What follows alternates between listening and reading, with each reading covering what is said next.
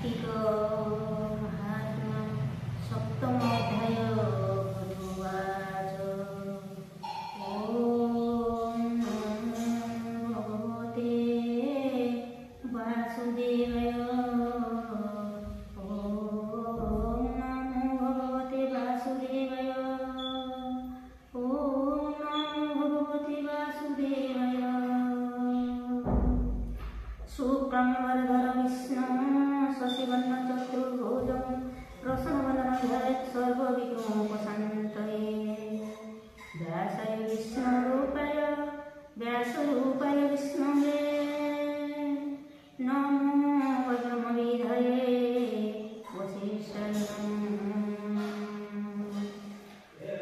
नमो कमलाकान्ताय नमो श्रीजलशयने नमस्ते ऋषिकेश गुरुभ्यो नमस्तुते।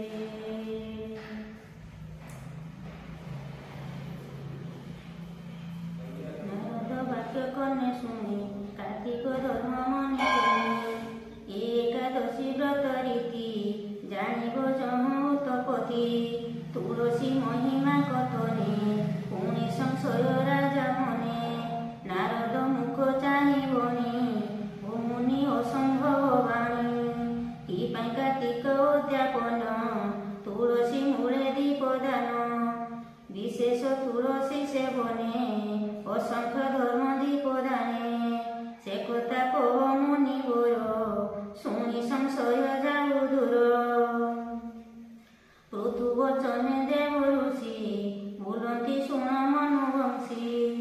तुलसी वृक्ष तम जात कहवा तहिर चरित देव से पूरा सत्य जुगे विविध संवत्सर जुगे भगवान नामे सुरपति संगरे घेनी बृहस्पति बहुत संपद व्यवहारे गले जे कपिलासपुरे ईश्वर दर्शन आसे इंद्र प्रवेश कपिलासे देखिले गिरिवर शोभा धवल ज्योति तार प्रभा शुद्ध स्फटिक गिरिवर विविध मणिरत्नाकार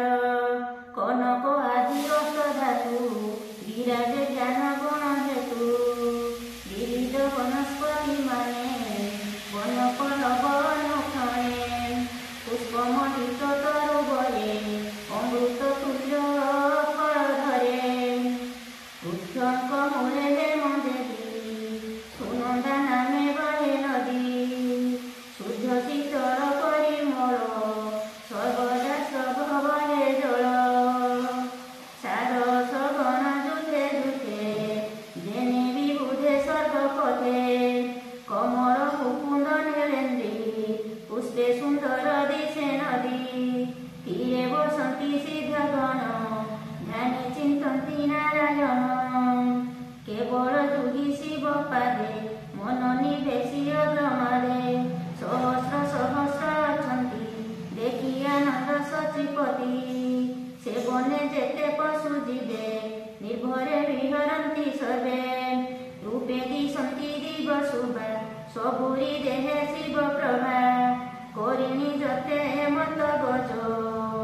कहन्ति ऐरावत तेज बने चरन्ति कामधेनु शरद शशा प्रायतनु मृग साधुर सिंह शशा केहि काहाकु नाही हिंसा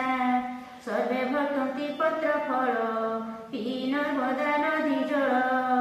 शिव आसे मुहा तेज देखि विचारे देवराज ईश्वर संपदर तुल्य तिनि बनि नाही तुल्य बनक गत एड़े शुभा किबा सुंदर पुरप्रभा केमते देखिबा लोचने बुझिबा शंकर दर्शने एते विचारित मुचरी ईश्वर सिंहद्वारे मेरी बासव आगमन जानी द्वारे शिवे सुर पाणी बासव गर्भ विनाशने शिव भी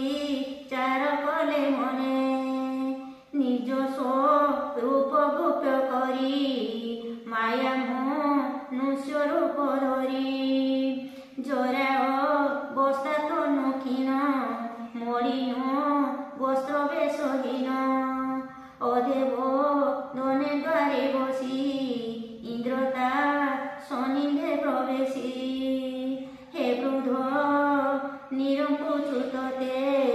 ଦ୍ୱାରେ ବସିଛ କି ନିମନ୍ତେ কানে তো প্রায় তনু দেখি তুকি ভিক্ষুক নিরমাখি যাব তো ব্রুতে অছু আসি কিয় বা শিবপুরবাসী যেবে শঙ্কর গণ তুহি কবই সরছন্তি গানি আমি মোর পূজা রাজা দেখিবু শঙ্কর গিরিজা কেমন্ত শুভা শিবপুরে ঈশ্বর সম্পদ ব্যবহারে দেখিতা করি পছু সাধু যাহা পচারু কহ বন্ধু বাসব একান্ত বচনে শিব কহন্তি মনে মনে ইন্দ্রকু ন দেলে উত্তর পুনি পুছই সুনাসির কিতু বধির জড় জন পুছিলে ন কহু বচন আবে ও মোর পুর রাজা দেখিবু শঙ্কর গিরিজা তু কেউ গর্বে বসিଅছু কথা ন কহু আবে বুঝু চন্দ্রকু চাহি মনে কুপি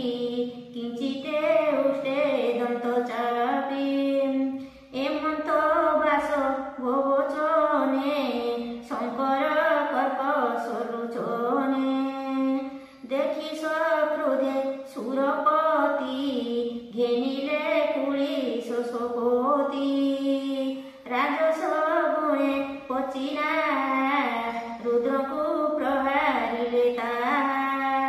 সে বড় রুদ্র কণ্ঠে পড়ি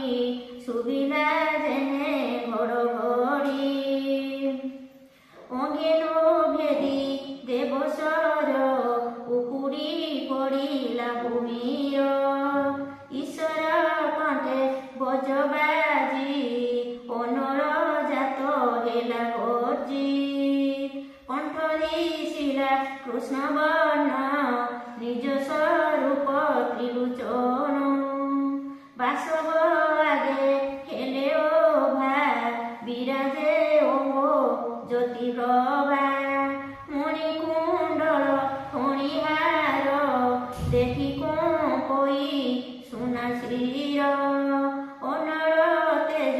ভয় পাই লুচিলা গুরু পছে যাই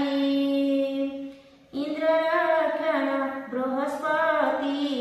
শিবଙ୍କୁ চাহি কলে স্তুতি বৃহস্পতি উবাচ কপালে জুড়িবেনি পর বুইলে দোষ ক্ষমা কর হে প্রভু জগতধীপ সৃষ্টি কারণে তোর রূপ তু ব্রহ্ম রূপে সৃষ্টি করু পালনে বিষ্ণু রূপ ধরু পুনি সংহারু রুদ্র রূপে এথিনি মূর্তি কল্পে কল্পে এণু একারে পরমাণে তোর মহিমা কেবা জানে যে তোর চরণে শরণ সে কন্দে অকাল মরণ অশেষ বিপদী উত্তরে যেনিতে তব নাম ধরে তু দেব দেব মহাদেব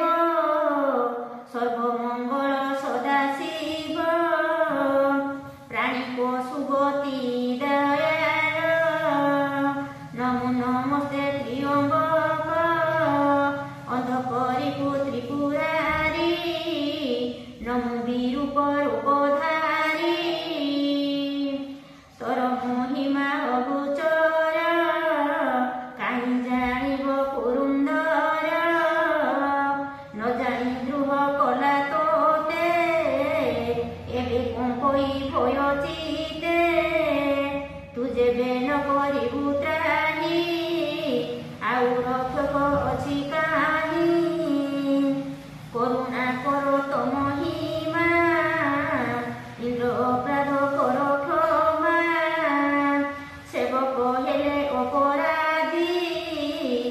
প্রভু করুণা বারিধি